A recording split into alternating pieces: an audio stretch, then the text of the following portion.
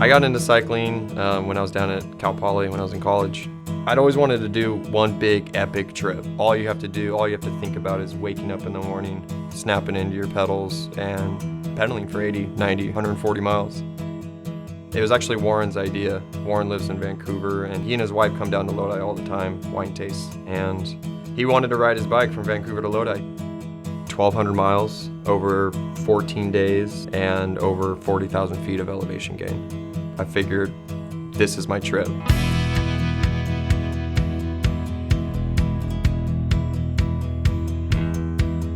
Cycling and LangeTwins have been connected for a while. We have a cycling team that races. We also have an active team that's more casual riders like myself.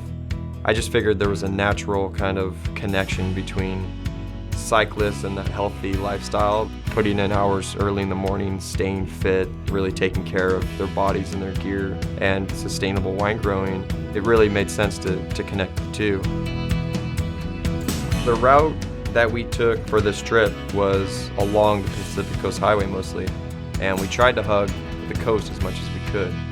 The Northwest is an absolute fantastic place to cycle. You know, you're riding through forests on roads that you would only appreciate if you were on a bike. A lot of coastal towns, Seattle to Bremerton, or Bremerton to Aberdeen, Manzanita, you know, all the way down to Port Orford, and then we got into California. We really dealt with extremes in this trip that we weren't expecting. We had headwinds, we had rain. We rolled out one morning, absolute downpour, and Warren and I looked at each other and said, this is the driest you're gonna be until you make it to your destination.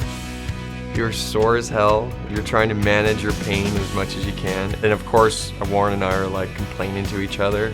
We had this one phrase that's big in the cycling community, HDFU, and you can look it up. It pretty much means stop complaining, you know, you're here by choice, you're having fun, cinch up that jacket, and point A to point B, you gotta get there.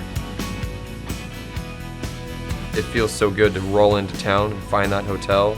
The first sip of beer at the end of the day is quick and glorious, and then we savor the next one.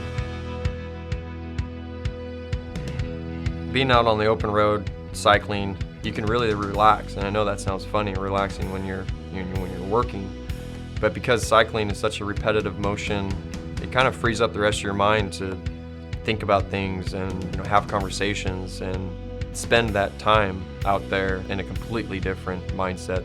You experience things much more intimately than you would, you know, with windows rolled up and your radio blaring. The landscape really started to change coming out of Oregon and into California, really getting into that ocean scrub. We hit the redwoods on day 10 right out of Mendocino along Highway 128, and the redwoods are just spectacular.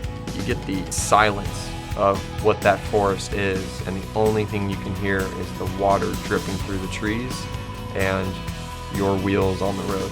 So it's a spectacular experience. Coming out of Geyserville, the heat very much reminded me that we were getting closer to Lodi, closer to home. Dixon to Lodi was the last stage of the ride. There was a lot of nervous energy that last day. The last thing we wanted to do was, you know, have a crash, have a flat, or, you know, something go wrong. Rolling into Lodi, we kind of planned it to come around and sprint under the arch, kind of marking the end of it. We had our support, our family and our friends, you know, waiting. We're sprayed with champagne. It was a great end to the trip. Would I do it again?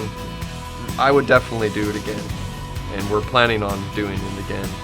Finishing out the Pacific Coast Highway, Lodi to the Mexican border.